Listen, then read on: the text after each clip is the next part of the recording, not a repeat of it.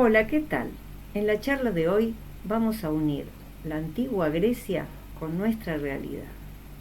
Se divide en tres partes y en la primera retomamos la cuestión homérica desde una perspectiva que no solo nos va a llevar a ver aspectos contradictorios y a la vez complementarios en el logro de la escritura, sino que también los propios intereses humanos pueden verse enriquecidos con nuestra herencia oral, al decir de Havelock, o sea, hoy.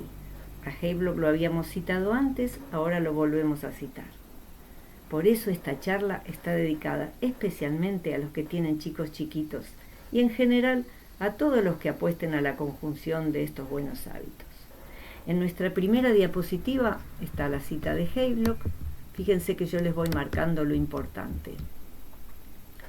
Es posible, dice en la ecuación oral escrita, una fórmula para la mentalidad moderna, es posible darle algún orden teórico a la ecuación oralidad-escritura solo en tanto se relaciona con la invención del alfabeto griego.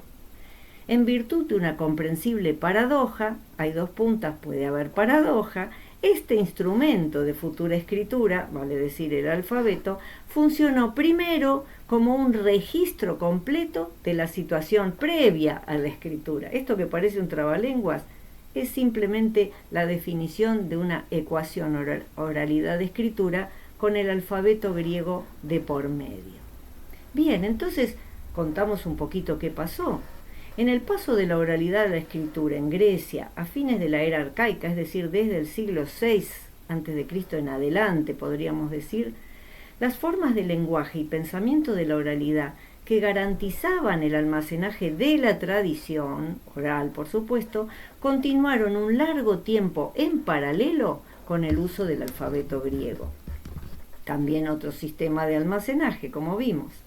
La primera tarea de este invento histórico, entonces, a partir de los signos fenicios, como ustedes saben, con fines comerciales, fue la de consignar por escrito, como dijimos, las creaciones orales. Imagínense, las versiones orales homéricas, fruto de la conjunción entre el repertorio oral heredado y la inspiración y performance, es decir, actuación, improvisación, con múltiples variaciones cada vez de los artistas, fueron transcribiéndose en manuscritos en distintas ciudades. La eficiencia fonética de este descubrimiento, de este alfabeto, para sustituir a la oralidad por la escritura en forma completa, permitió que la escritura entonces se convirtiera en nuevo reservorio de almacenaje. Y es así que a partir del siglo III a.C. se llega a los filólogos de la Biblioteca de Alejandría, quienes analizaron, editaron y comentaron los manuscritos y lograron consolidar este proceso de fijación de los textos en cantidad de versos y contenido.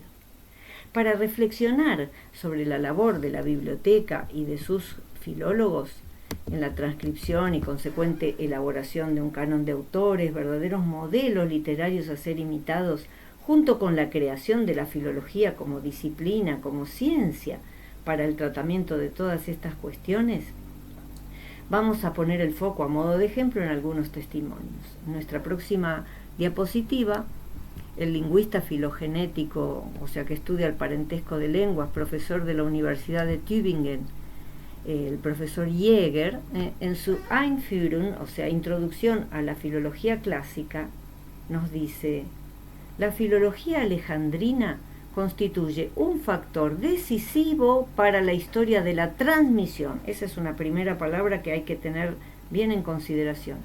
Transmisión de casi todos los antiguos textos griegos. Homero, los líricos, las tragedias y la comedia antigua fueron reelaborados. Esta es la siguiente palabra que quiero que presten atención: reelaborados mediante la crítica textual y de la exégesis, o sea, aclaraciones. Tal trabajo constituyó y se manifestó en publicaciones, ediciones, comentarios, monografías y listas de palabras. ¿Se dan cuenta? Transmisión y reelaboración. Esto es lo que vamos a desentrañar. Ahora vamos a hablar un poco de estos filólogos alejandrinos.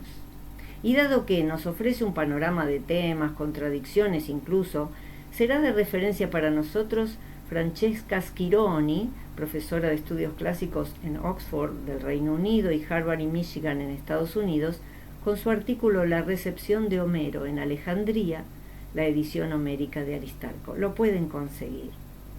Bien, ¿qué pasó con los directores de la biblioteca del primer período, siglos III, II a.C., el período de oro?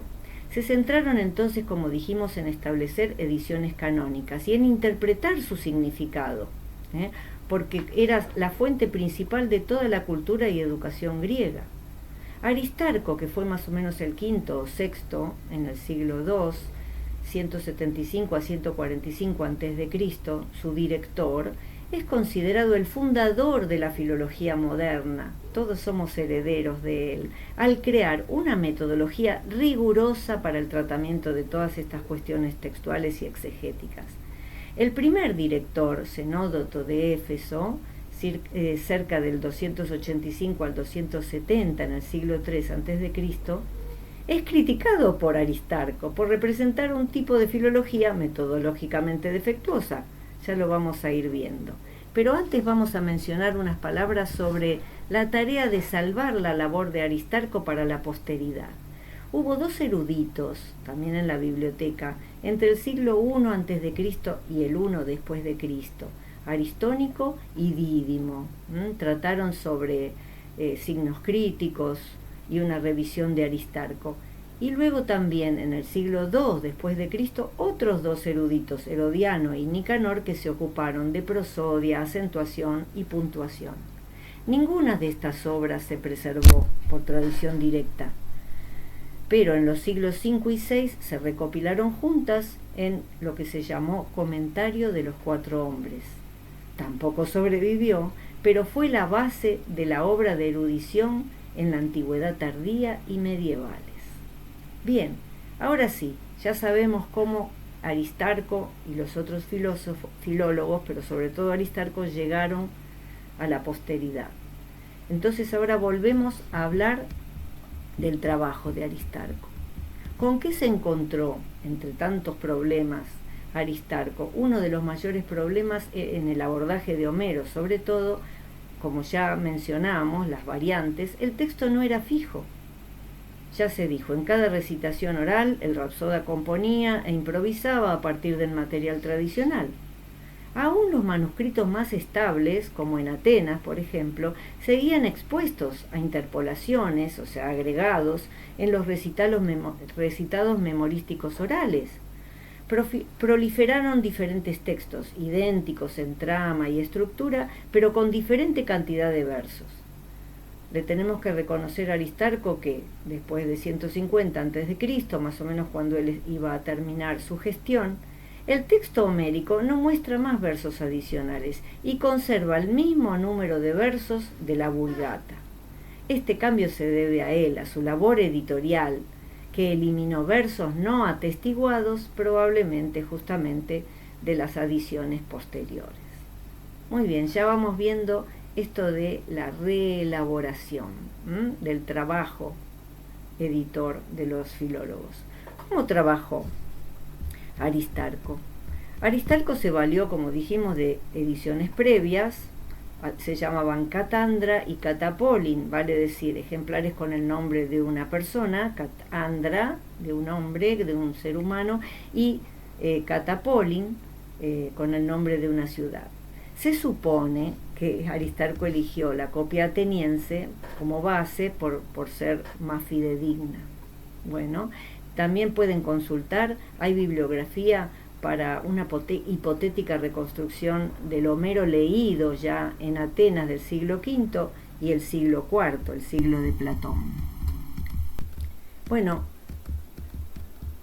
esta Vulgata que yo les comento, con los versos espurios quitados, purgados, circulaba en el museo y también entraba en el comercio del libro, pero en realidad la edición científica, que se llamaba ecdosis, vale decir entrega, era este mismo texto, pero con agregados de signos críticos, es decir, los famosos signos diacríticos para nosotros, creados por los filólogos alejandrinos, como por ejemplo el ovelos, una línea para quitar versos, para señalar que se quitan versos, el asteriscos, un pequeño astro, ¿no?, para indicar versos repetidos. Bueno, entonces, ¿para qué servían estos signos? Para unir la edición real, vincularla con los comentarios, en este caso de Aristarco, que él los guardaba, los escribía en otro rollo, por separado, presuntamente. Entonces, así quedaban vinculados los comentarios de él con la edición real, ¿no?, con estos signos diacríticos. Bien, hasta ahora el alfabeto y la labor de Aristarco la hemos mencionado brevemente, pero es un panorama.